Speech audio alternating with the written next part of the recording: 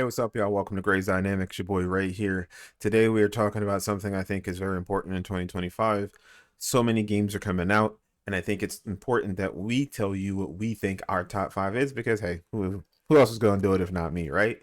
Before we do that, thank you guys for tuning in. Thank you to Matt at Simulation Arrest for being my sponsor. I appreciate it. You always bring great value to me and great value to the sim racing community, which is absolutely awesome. I appreciate it, and thank you for being my sponsor.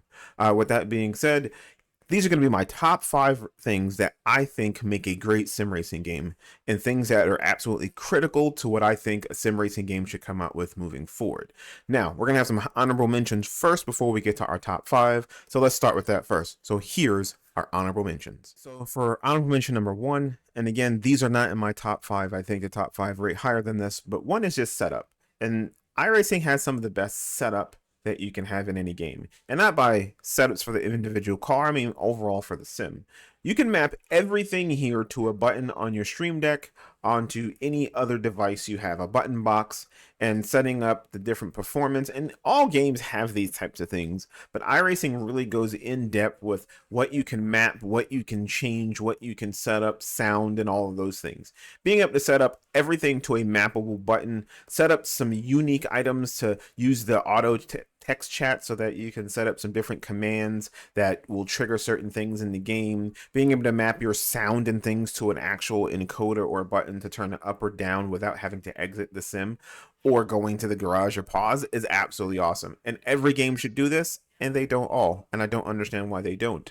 Lastly, everything. And when I say everything can be mapped to a button, what I think is more important than all of these things you can see here that can be mapped are the black box controls. And by that, I mean you can click on a button to go to your standings, to go to your tires box, and to go to everything else that you're going to do. So I think for me in 2025 and beyond, games have to implement this.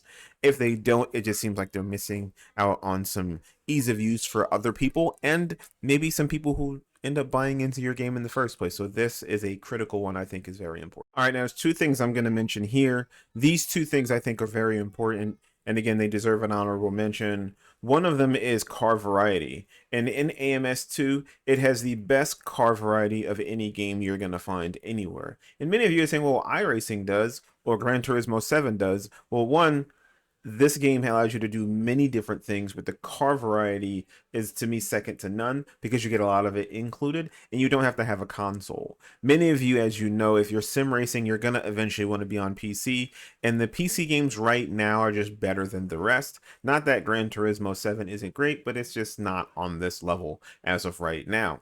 With that being said, AMS2 has the best selection of cars and tracks you're going to get from a base package.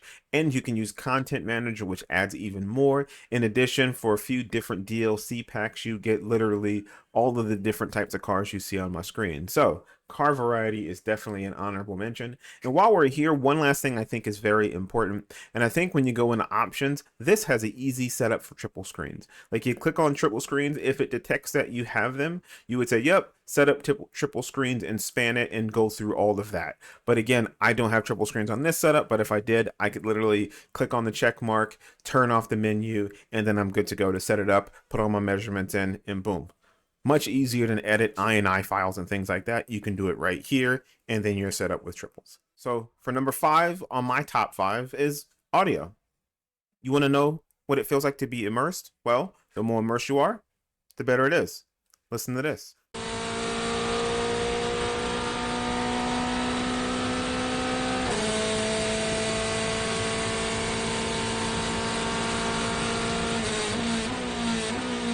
Now let's listen to LMU.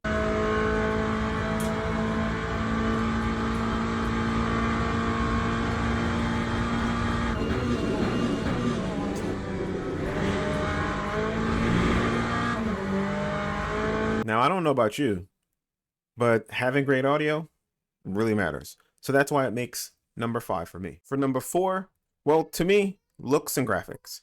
Like, I don't want to play a game that looks crappy, especially in 2025 as we have these high-end GPUs and CPUs. So take a look at this.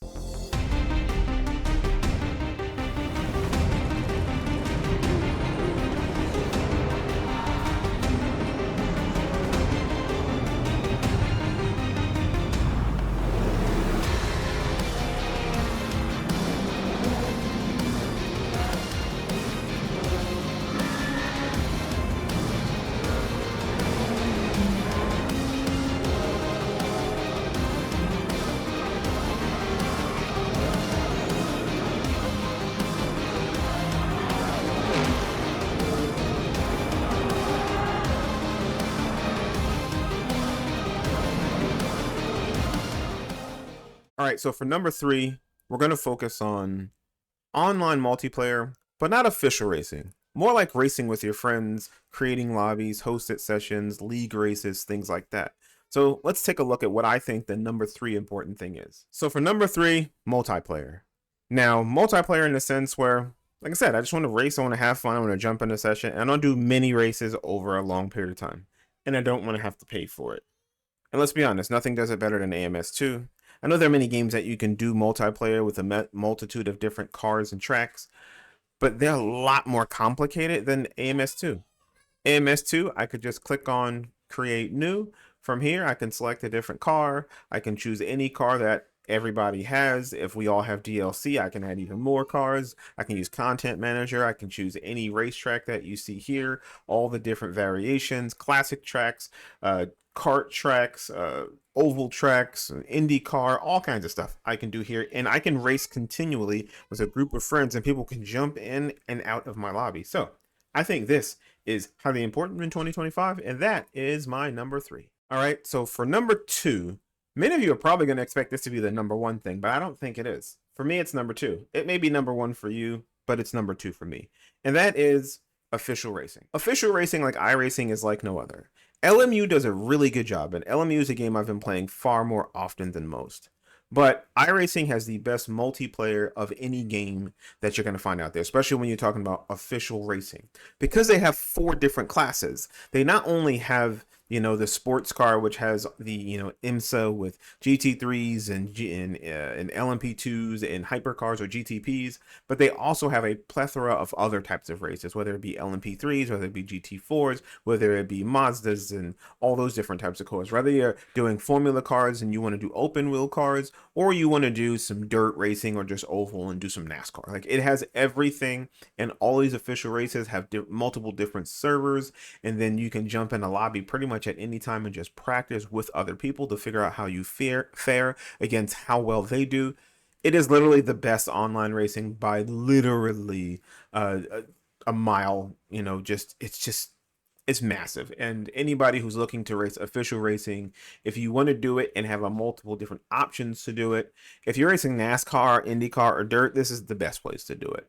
And again, iRacing to me does it better than anybody, and that's why it makes my number 2. All right, so for number 1 for me, this may not be number 1 for you, but it is the most important thing to me, and I think many of you, if not most of you, will agree. And I say that not because I don't think that the other 4 weren't important. Obviously, they made my top 5 or even the honorable mentions. But this one I think is more important. I think people are craving it, and that's why some games still remain popular, even though they don't have the best level of sim racing. So let's take a look at my number 1, and how about you watch this video? Piastri comes over the line to win again and to punch the air. Absolutely awesome. Just amazing, mate. Well done. Woo. Well done, everybody. Massively deserved. That's a nice touch, isn't it? Oscar Piastri in the flesh. Yeah, his actual team radio included in the game. Off to the podium we go now. Loving that from the podium. And all right, so right here we're looking at F1. Now, I'm not saying F1 the game. And if you saw in the thumbnail, you'll see Forza Horizon is there. And I'm really talking about just the level of immersion you get from being able to jump in. And these F1 games give you a real, how do I say this? A really good feeling of being an actual F1 driver, or just single player campaigns with progressions and podiums and a crew chief in your ear telling you what to do.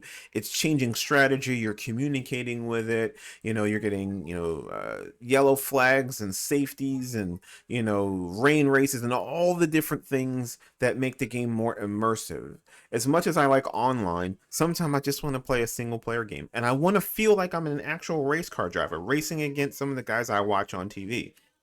And although things like LMU give you a really good online, or you can do the race weekends, there's still no really single player campaign. So for that to be a 1.0, it still has this glaring hole.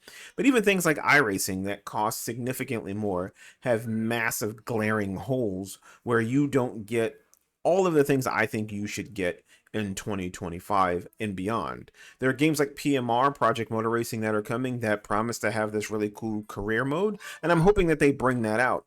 But I think being able to have these elements in a game, and somebody's saying, well, Ray, it's not, it's a video game, we're looking for real simulation. Like, stop it. These things are in real life racing. If they weren't important, then sports like F1, IMSA, WEC, GT racing, any type of racing wouldn't have podiums, wouldn't have celebrations, wouldn't have progression in real life where you start out as a nobody and you rank your way up to being somebody. Those things matter, and we want a replication of that in a game. And again, the fact that we don't have it in any meaningful way in a real sim game, I think it's something that's missing. And I think that hole, if filled properly, can bring a lot of players to jump onto that new game. So I'm hoping Project Motor Racing brings that, as they've talked about, and we've heard with Overtake GG that they want to bring a real level of progression. But we shall see where this ends up. So, all right, so as we saw there, I mean, come on, what not could you love? I mean, progression, racing cars, all of those things, absolutely awesome. So if you like the content, if you appreciate what I bring to the table, if you think I'm a really cool dude, like, follow, subscribe, join me on this mission to be a practical sim racer and spend all of my money on sim racing gear. I appreciate it that you guys tune in. I appreciate that you guys think Grace Dynamics may be cool. I hope to see you at some of the events coming up, whether it be the Chicago Sim Gaming Expo that's coming up here soon, whether it's at ADAC in Germany, or whether it's at PRI in Indianapolis. I'll be at all three, and I look forward to seeing you there. So, thanks for tuning in. Appreciate you very much. Talk to you later. Peace.